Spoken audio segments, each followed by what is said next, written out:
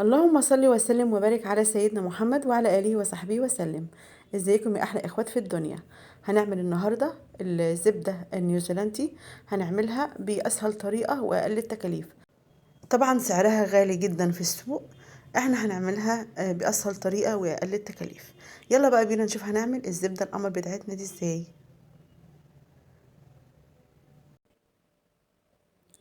انا معايا كبه الخلاط او شفشق الخلاط العادي، ومعايا كوبايه من قشطة اللبن.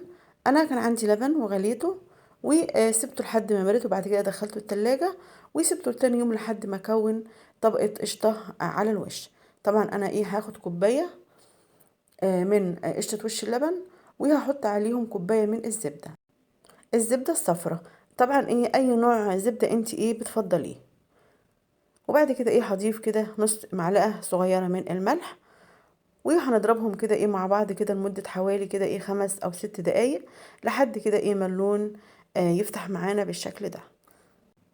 هنضربهم كده في كبة الخلاط أو شفشق الخلاط لمدة حوالي 5 أو 6 دقايق، لحد ما اللون يفتح معانا. وغير كده كمان تدينا القوام اللي هو بالشكل ده، زي قوام الكريمة كده بالظبط. هضيف كده معلقة من عصير الليمون. طبعا أهم حاجة تشيلي منه البذر، يعني عادل كده معلقة كبيرة، يعني ممسوح. وهضيف كده كوبايه من الزيت. اهم حاجه الزيت اللي انت هتستخدميه يكون من النوع النضيف اللي هو ملهوش ريحه خالص، لان طبعا هيفرق جامد في طعم الزبده. وطبعا الزبده لما نيجي طبعا نعملها طبعا بالقشطه، دي النتيجه المضمونه ليها. هنضربهم كده برضو في الخلاط برضو او الكبه لمده حوالي 5 دقايق،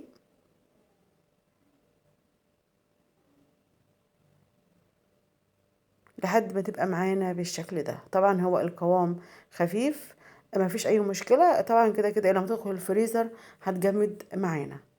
ده القوام المظبوط للزبده. معايا كده قالب. هحط بقى فيه كده كيس من بتاع التلاجة. هفتحه كده، وبعد كده هصب الخليط الزبده في قلبه. وبعد كده هخبطه كده خبطتين كده على الرخامه، علشان لو في اي فراغات ولا حاجه تبقى معانا قالب الزبده متساوي.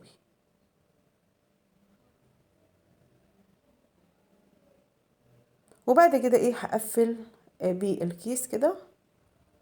هقفل كده عليها بالكيس بالشكل ده.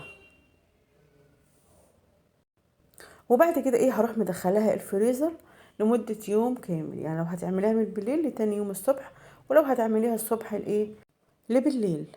وبعد كده طبعا هتروح مخرجاها. هتستنى بس كده حوالي بس كده دقيقتين 3، وبعد كده هتروحي مقطعاها كده. خلاص قعدت حوالي يوم كامل في الفريزر.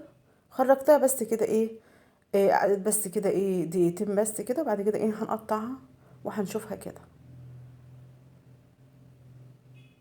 ما شاء الله، في منتهى الجمال، تحفة، ريحة وطعم في منتهى الجمال.